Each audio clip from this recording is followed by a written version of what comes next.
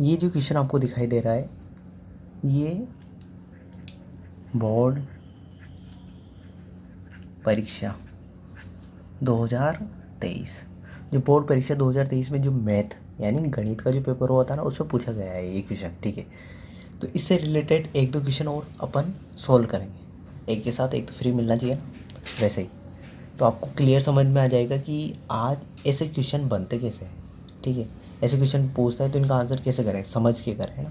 तो मैं आपको बताऊंगा आज कि 3 तरह के क्वेश्चन है, 3 इंपॉर्टेंट है, वही बताऊंगा मैं आपको। ठीक है, ठीक है, तो इसको सोल्व करते हैं। तो देखो, एक होता है व्रत। देखो ये मैंने बनाया, इसको बोलते हैं व्रत। ठीक है, व्रत है ये। इसका जो बीच में होता है उसको क्या बोलते हैं, केंद्र, उसको बोलते हैं केंद्र। अब देखो, व्रत पर ये जो परिधि है, यहाँ पे व्रत, यहाँ पे कोई बिंदु होता है तो इसको बोलते हैं व्रत पर स्थित कोई बिंदु, उसको बोलते हैं स्पर्श बिंदु। ठीक है, क्या बोलते हैं, स्पर्श बिंदु। जो व्रत की परिधि पर कोई बिंदु स्थित होता है उसको क्या बोलते हैं, स्पर्श बिंदु। इसको बोलते हैं अपन स्पर्श बिंदु। अब देखो, सबसे पहले तो ये क्वेश्चन सोल्व कर लेते हैं, इसके बाद आगे एक दो क्वेश्चन और पूछते हैं एग्जाम में, बोर्ड एग्जाम में। फिर ये तीनों क्वेश्चन क्या होते हैं, रिपीट होते रहते हैं हर साल। कोई बार ये आ रहा है, कोई बार वो आ रहा है, ऐसे आते रहते हैं। ठीक है, तो इन तीनों क्वेश्चन का मैं सॉल्यूशन बताऊंगा आपको। पहले इसको सोल्व करते हैं। तो देखो, इसमें क्या है, क्या लिखा है, तो देखो व्रत, व्रत लिखा है ना, सबसे पहले व्रत बना लो।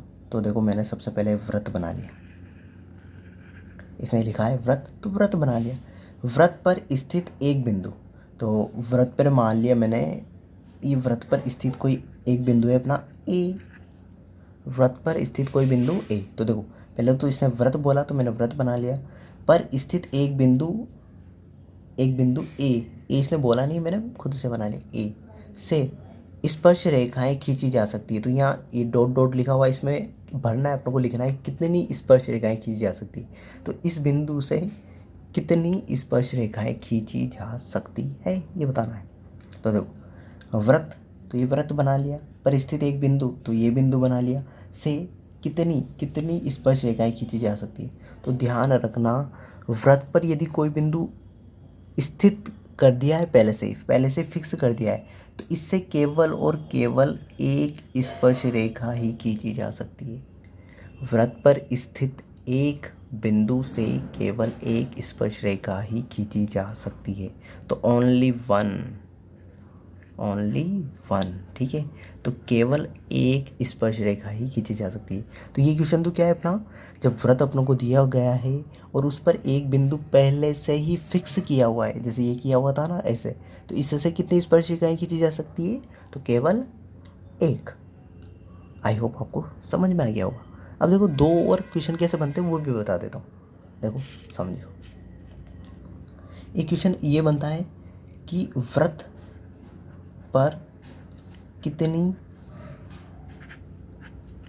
स्पर्श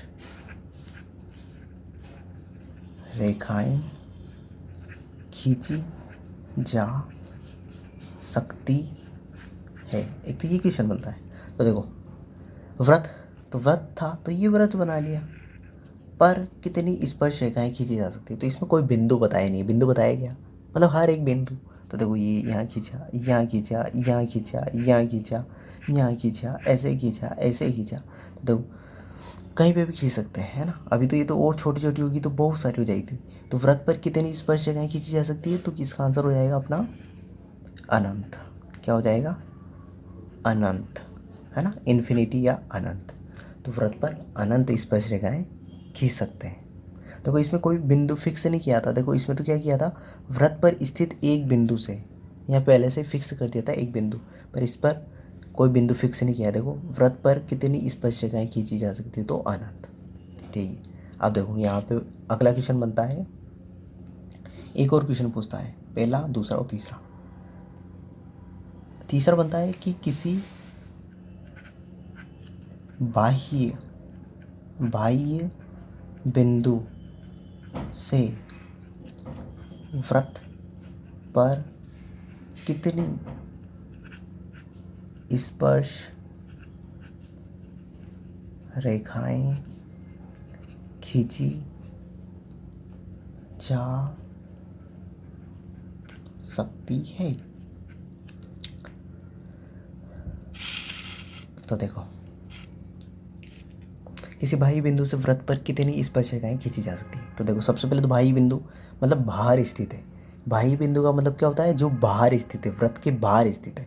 तो एक बाह्य बिंदु बना लिया मैंने, कोई भी ई से बना लिया, इसको नाम दे दिया मैंने पी। और बाह्य बिंदु से वृत्त बोला है तो वृत्त बना लिया।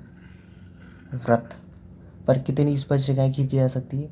तो ध्यान रखना, किसी बाह्य बिंदु से केवल और केवल 2 स्पर्शरेखाएं खींची जा सकती है। यहाँ इसको नाम दे दिया ए और इसको नाम दे दिया बी। तो पी ए और कॉमा पी बी, केवल 2 स्पर्शरेखाएं, तो पी ए और एक पी बी। तो किसी बाह्य बिंदु से वृत्त पर कितनी स्पर्शरेखाएं खींची जा सकती है। तो केवल 2। बाह्य बिंदु बना लो, वृत्त बना लो और खींच दो 2 स्पर्शरेखाएं। क्या बिगड़ रहा है अपना, ठीक है ना। तो देख लो, अपनों ने यहाँ पे 3 इंपॉर्टेंट क्वेश्चन किए, एक नहीं 3। थंबनेल में एक ही था पर मैंने 3 बता दी, और ये तीनों ही हर बार रिपीट होंगे इधर उधर। और ये मतलब बोर्ड एग्जाम के अलावा भी कंपटीशन एग्जाम में पूछे जाते हैं। अब अच्छे हैं ना क्वेश्चन, तीनों क्वेश्चन अच्छे हैं। तो देखो क्या क्या पढ़ा अपनों ने। एक तो पढ़ा अपनों ने वृत्त पर स्थित किसी बाह्य बिंदु, वृत्त पर स्थित, पहला क्वेश्चन था अपना, हाँ ये, वृत्त पर स्थित किसी बाह्य बिंदु से वृत्त पर कितनी स्पर्शरेखाएं खींची जा सकती है। तो देखो, वृत्त पर पहले से फिक्स कर दिया था एक बिंदु, तो केवल एक स्पर्शरेखा खींच सकते हैं। अब दूसरा क्वेश्चन था अपना, वृत्त पर कितनी स्पर्शरेखाएं खींची जा सकती है। तो वृत्त पर तो बहुत सारी, इसमें तो कोई बिंदु फिक्स किए ही नहीं है, तो कितने भी बिंदु बना सकते हैं अपन, कितनी स्पर्शरेखाएं खींच सकते हैं, तो अनंत। और अगला था अपना लास्ट कि किसी बाह्य बिंदु से वृत्त पर कितनी स्पर्शरेखाएं खींची जा सकती है। तो किसी बाह्य बिंदु से केवल 2 स्पर्शरेखाएं खींची जा सकती है। तो आई होप ये वीडियो आपको अच्छे से समझ में आया होगा। ये जो तीनों इंपॉर्टेंट क्वेश्चन हैं आपको आई होप क्लियर हो गए होंगे। Then thank you.